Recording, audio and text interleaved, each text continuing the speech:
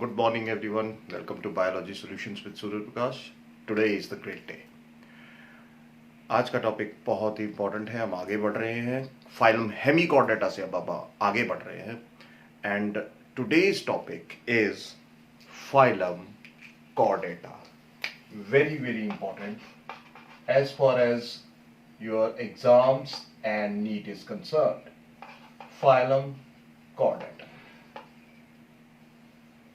Now let us understand why this phylum is known as Phylum Chordata. क्योंकि हर एक phylum में हमने कहा कि इसका नाम इस वजह से रखा गया. Now what is the reason here? The reason is very simple, that they possess a very important structure which is solid, flexible, unjointed, rod-like structure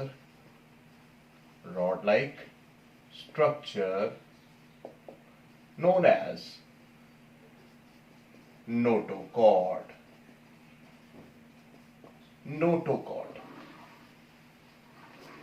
एक सॉलिड रॉड लाइक स्ट्रक्चर है जो इन ऑर्गेनिज्म में प्रेजेंट होता है. Flexible होता है, elastic है और लेकिन अंदर से सख्त है. और ये स्ट्रक्चर पूरी बॉडी में इसके एनस तक, वहां तक ये एक्सटेंड करता है. और ये अल्टीमेटली काम किसका करता है? मैं एक सिंपल सी भाषा में अगर नोटोकॉर्ड को समझना हो, हम में अगर नोटोकॉर्ड की बात की जाए तो वो जॉइंटेड है. वही नोटोकॉर्ड जो है it is replaced into vertebral column. और अगर हम वर्टिब्रल कॉलम को पास्ट में देखें तो ये क्या थी? It is notochord. So ultimately notochord gets modified into jointed vertebral column. ये वही है. यानी अगर देखा जाए तो वर्टिब्रल कॉलम के पूर्वज कौन है? पूर्वज है नोटोकॉर्ड. सिंपल सी भाषा में. अब ये इसका सबसे इंपॉर्टेंट कैरेक्टर है और इसीलिए इसे फाइलम कॉर्डेटा कहा जाता है, क्योंकि इसमें नोटोकॉर्ड की प्रेजेंस होती है. हालांकि 4 इसके मेन कैरेक्टर्स हैं. So let us without wasting any time, so the major 4 characters are.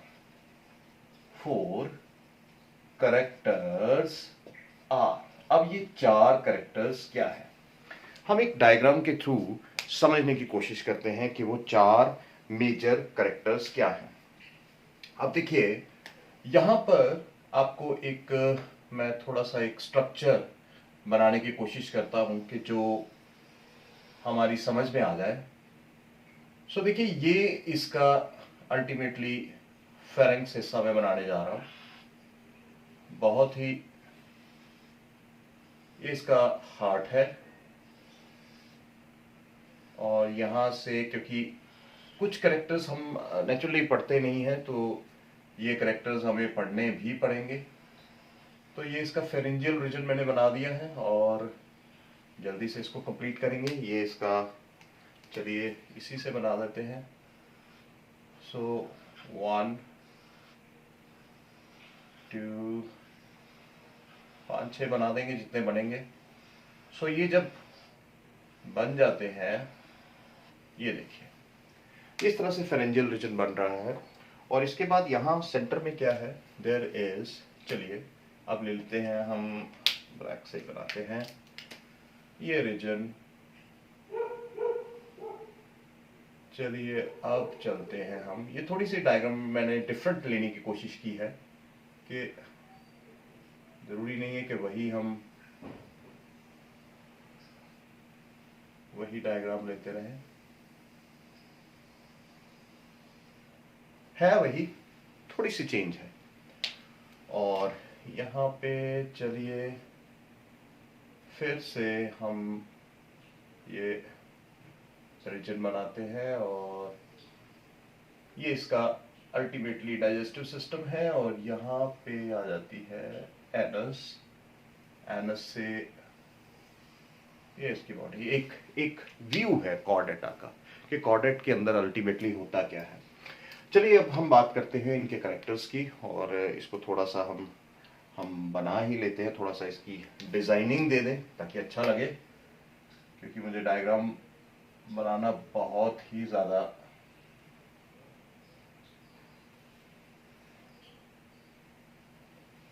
थोड़ा सा इसको चेंज कर लूं मैं।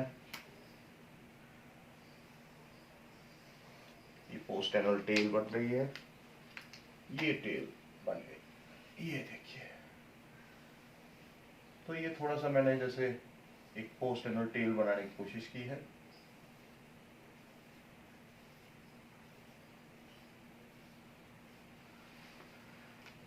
नाउ लुक हियर, अब हम थोड़ा सा ध्यान से देखने की कोशिश करते हैं। देखिए, सबसे पहला जो करेक्टर है, सबसे पहला जो मेजर करेक्टर है, वो क्या है? इसकी नोटोकॉर्ड, जिसकी हम बात कर रहे हैं शुरू में। ये किस तरह का स्ट्रक्चर है, मैंने पहले ही कह दिया कि ये एक सॉलिड स्ट्रक्चर है, फ्लेक्सिबल स्ट्रक्चर है, अनजॉइंटेड रॉड लाइक स्ट्रक्चर होता है। लेकिन कहाँ प्रेजेंट होता है? देखिए, ये इसका डाइजेस्टिव सिस्टम है। अगर मैं इसको लेबल करूं तो it is present between this is gut, alimentary canal है, और इसी के ऊपर यहां पर देयर इज प्रेजेंट, यहां पर होती है एक और स्ट्रक्चर जिसकी बाद में बात करते हैं, अभी तो मैं इसकी बात करूंगा ही नहीं। ये एक और स्ट्रक्चर है, और इसके बाद यहां पर एक स्ट्रक्चर होता है। ये देखो, अब मैं बनाने जा रहा हूं,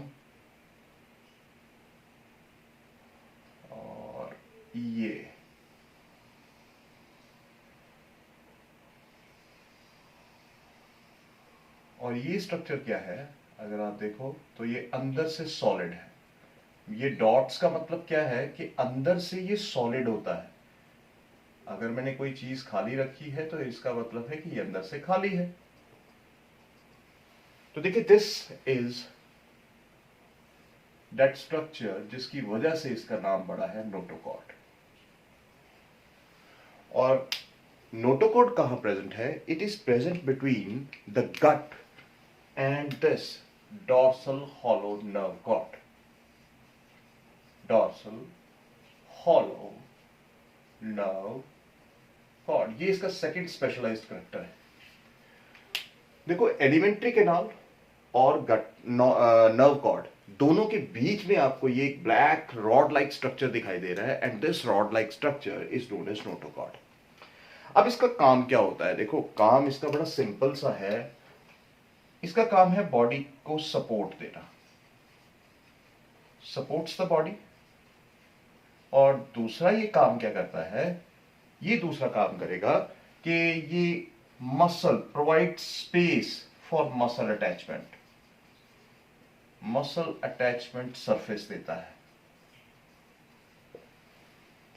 अब लोअर कॉर्डेट्स में तो ऐसा होता नहीं। लोअर अगर कॉर्डेट्स की बात करें तो ये it persist through out life.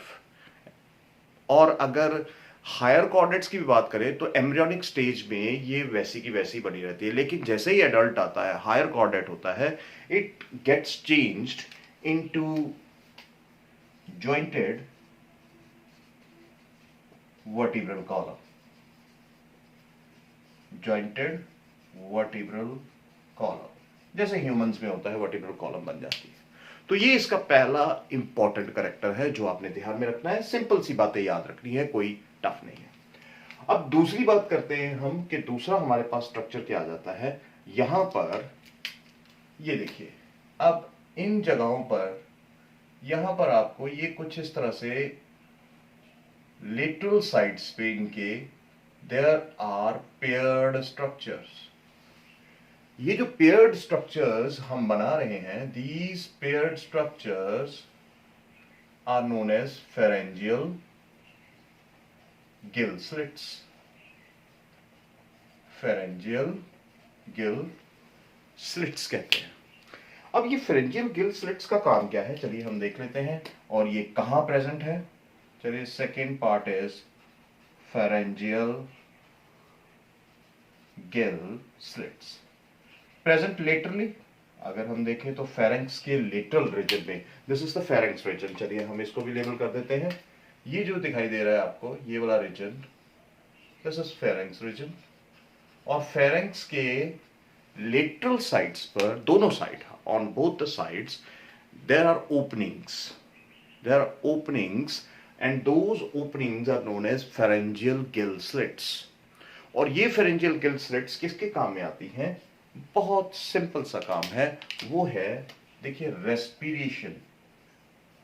पहली बात तो रेस्पिरेशन में मदद करेंगी, एक्सचेंज ऑफ गैसेस, और दूसरी चीज एक और जो लोअर कॉर्डेट्स में होती है, दैट इज फिल्टर फीडिंग।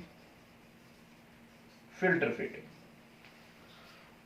और लोअर कॉर्ड्स में और खास तौर पे एम्ब्रियोनिक स्टेज पे भी फेरेंजियल गिल स्लिट्स रहती हैं, कुछ लोअर कॉर्डेट्स में भी ये रहती है, लेकिन हायर कॉर्डेट्स में क्या होता है, लाइक वी पीपल और इफ यू से रेप्टाइल्स, इनमें ये जो फेरेंजियल गिल स्लिट्स हैं ये चेंज हो जाती हैं, they gets modified into other structures, modified into other structures such as lungs. हमें ये लंग्स में मॉडिफाई हो जाती है। सो अल्टीमेटली क्या है कि याद रखिएगा, ये एक और सेकंड इंपॉर्टेंट कैरेक्टर है जो बाद में मॉडिफाई होगा ही होगा। एम्ब्रियोनिक स्टेज पे ये परसिस्ट करता है, कहीं ना कहीं लोअर कॉर्डेट्स में भी फेरेंजियल गिल स्लिट्स रहती है। और अगर आप देखो, एक चीज देखो, फिशेस और एम्फीबियंस में ये सारी उम्र रहती है। फिशेस और एम्फीबियंस में मैं लिख देता हूं, बहुत इंपॉर्टेंट है ये पॉइंट भी, fishes and amphibians, amphibians, in fishes and amphibians persists throughout life. बाकियों में ये क्या हो जाती है, gets modified into brachial respiration हो सकती है, लंग रेस्पिरेशन, पल्मोनरी रेस्पिरेशन हो सकती है, क्यूटिकुलर रेस्पिरेशन में चेंज हो सकती है, तो कहीं भी चेंज हो सकती है, तो ये ध्यान में रखना है। चलिए डायग्राम को रहने देते हैं और तीसरा करेक्टर हम देखते हैं कि तीसरा इंपॉर्टेंट करेक्टर जो हमें यहां देखना है और हमने लेबल भी करना है, लेबल तो कर नहीं रहे। तीसरा जो इंपॉर्टेंट कैरेक्टर है यहां पर आ जाता है हमारा, ये जो हमने पहले लेबल किया था, डॉर्सल हॉलो नर्व कॉर्ड। चलिए डॉर्सल हॉलो नर्व कॉर्ड को देख लेते हैं कि तीसरा कैरेक्टर जो बड़ा इंपॉर्टेंट हम करने जा रहे हैं, डॉर्सल हॉलो नर्व कॉर्ड। अब अगर देखो, कहीं ना कहीं एम्ब्रियोनिक लाइफ में तो ये हॉलो ही रहती है, और अगर हम मेजर बात करें इस नर्व कॉर्ड की, तो ये एक चीज याद रखिएगा, they are non ganglionated, they are non ganglionated means there are the ganglion, the collection of nerve cells, the group is not present. अब ये जो non ganglionated dorsal hollow nerve cord है, जब हम इन्वर्टिब्रेट्स पढ़ रहे थे तो वहां हमने क्या देखा था, गैंग्लियोनेटेड वेंट्रल नर्व कॉर्ड होती है, वहां डॉर्सल नहीं होती। गैंग्लियोनेटेड हमने कई फाइलम्स में पढ़ा कि गैंग्लियोनेटेड वेंट्रल नर्व कॉर्ड है, और यहां क्या है, डॉर्सल हॉलो नर्व कॉर्ड है। अंदर से देखो ये खाली है, इट इज एम्प्टी। अब ये जो नर्व कॉर्ड है अल्टीमेटली हायर कॉर्डेट्स में किस में मॉडिफाई होती है, it gets modified into CNS, यानी ब्रेन एंड स्पाइनल कॉर्ड। ये ब्रेन एंड स्पाइनल कॉर्ड में डेवलप होती है। अगर हम अपनी बात करें तो हमें यही होता है। So this is a very very simple point, इसको ज्यादा खींचने की जरूरत भी नहीं है। और यहां आप देख रहे हो डॉर्सल ही है, सबसे ऊपर नोटोकॉर्ड के ऊपर है, और लास्ट में आ जाता है एक और कैरेक्टर जिसे हम अब लेबल करेंगे, वो है हमारा पोस्ट एनल टेल। अब अगर पोस्ट एनल टेल की बात करें तो कहां दिखाई दे रही है, ये हमारे, अगर हम पहले एनस को करेंगे तो तभी समझ आएगा कि क्या है। So this one is anus, ये एनस है, और इसी के पीछे आप देखो यहां पर आपको क्या दिखाई दे रहा है, this one is post anal tell. Anus के पीछे टेल आपको होगी, और ये भी बात याद रखिए, इट मे परसिस्ट थ्रू और through out life in chordates. Lower chordates में तो होती है, पर हायर कॉर्डेट्स में इट मे परसिस्ट और may not persist through out life. अगर ह्यूमंस की बात करें तो ऐसा नहीं होता। सो कई सारे अगर एम्फीबियंस में देखें तो फ्रॉग्स में ऐसा नहीं होता। सो मेटामॉर्फोसिस की तरफ उनकी टेल जो है वो डीजनरेट हो जाती है, तो इट मे और may not persist through out life. ये हमें देखो, कोई भी फाइलम पढ़ना है ना, मैं बड़ी बार कहता हूं, इमेजिन दैट फाइलम। आप ऐसे मत कीजिए कि बस रट्टाफिकेशन कर ले। आप किसी भी चीज को अगर जाते हैं तो आपको एक इमेजिनेशन होनी चाहिए, एक कोई ऑर्गेनिज्म उसका आपके माइंड में होना चाहिए, चाहे वो टीचर है चाहे वो स्टूडेंट है, दोनों का जो पढ़ने का तरीका है ना वो सेम ही होना चाहिए। Imagine that organism. Then post anal tail यहां आपको दिखाई दे रही है। सो इसका काम क्या है? पोस्ट एनल टेल का कोई ना कोई तो काम होता ही है। बेसिकली ये क्या करती है, देखिए, इन लोकोमोशन में हेल्प करती है। और दूसरी चीज क्या करती है, it also protects the genital area, genital and anal area हम कह सकते हैं, एनल एरिया, इसको प्रोटेक्ट करती है। तो ये इसके 4 मेजर करेक्टर्स हैं। अगर हम बाकी करेक्टर्स की बात करें ना, जो हमें यहां दिखाई दे रहे हैं, पहले हम उसकी बात कर लेते हैं, क्योंकि बाकी तो देखो, जो जो बाकी करेक्टर्स हैं, बाकी अगर बात करें हम, तो बाकी करेक्टर्स में क्या आते हैं, जैसे देखो, ट्रिप्लोप्लास्टिक तो ये है ही है। मैं जल्दी से, ट्रिप्लोप्लास्टिक है। उसके बाद organ system level of organization तो इसमें होगा ही होगा, ऑर्गन सिस्टम लेवल भी है। इसके बाद अगर आपको याद हो तो अगर इनमें माउथ भी है, this is the visceral cleft है, ये यहां पे, और इसका ये डाइजेस्टिव सिस्टम है, एनस है, तो इसका मतलब tube with in tube body plan भी है, tube with in tube body plan है। ट्रूली सिलोमेट है, ट्रूली सिलोमेट है। अब यहां पर सिलोमेट देखो क्या होता है कि स्टार्टिंग में जब सिलोम बनता है तो यहां सिलोम जो है कॉर्डेट्स में डिवाइड हो जाता है। अगर हम ह्यूमंस की बात करें तो एब्डोमिनल सिलोम है ना, जहां एब्डोमिनल विसरा लेते हैं। देयर इज प्लूरल सिलोम है, जहां पर हमारा लंग्स, प्लूरल कैविटी होती है जहां पर लंग्स होते हैं। Then there is pericardial cavity जहां हार्ट होता है। सो वो सिलोमेट अंदर ही सेगमेंटेशन हो जाती है, बाहर से हमें सेगमेंटेशन नहीं दिखाई देती, ये याद रखिए। There is no external segmentation, लेकिन इंटरनली जो कॉर्डेट करेक्टर्स है, कॉर्डेट बॉडी है, ट्रूली सेगमेंटेड है, सेगमेंट्स होते हैं। Understood my point?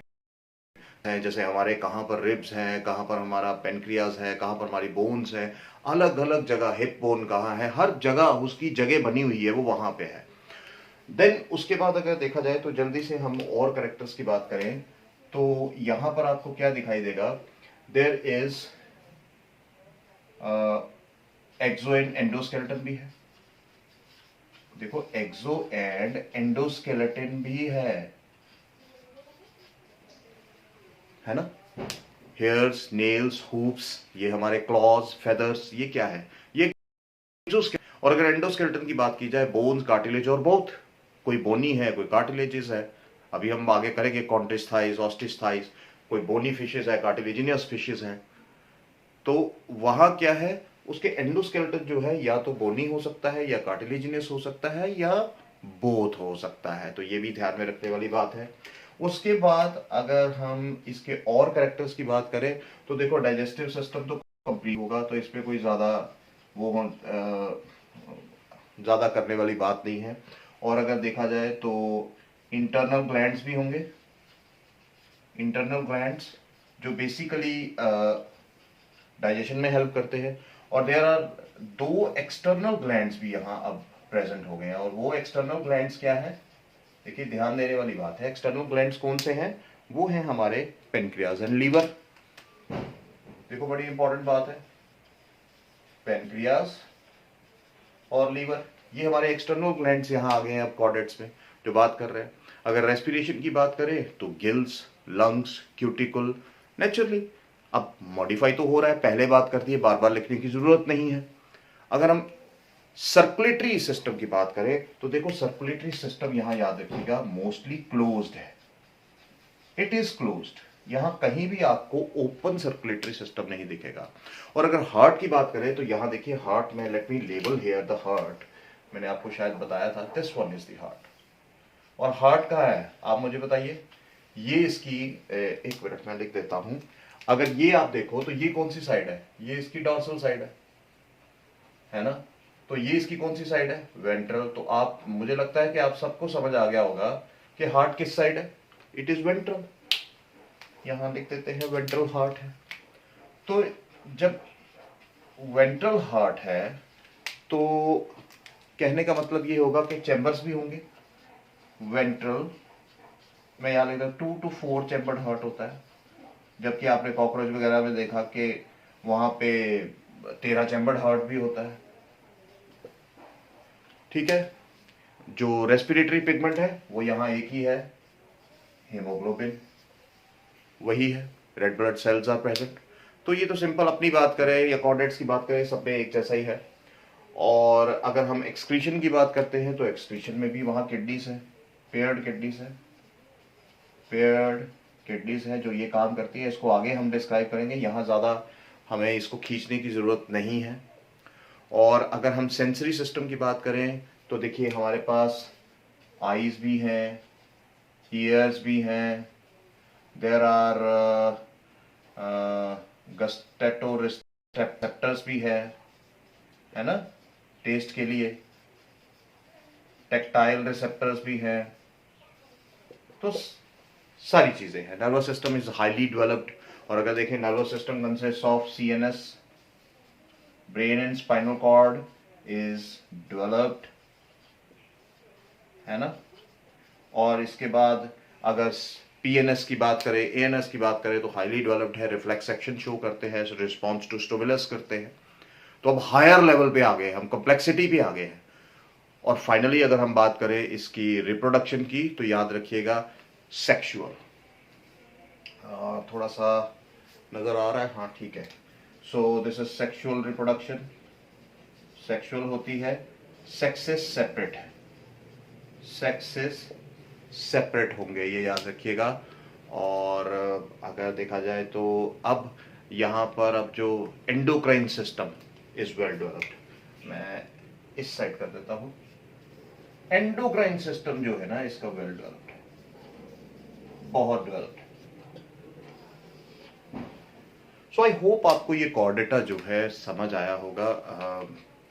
और ये समझ आना भी चाहिए। अगर हम इतने सिंपल तरीके से पढ़ रहे हैं तो कोई बड़ी बात नहीं है कि ये समझ नहीं आएगा, समझ आएगा।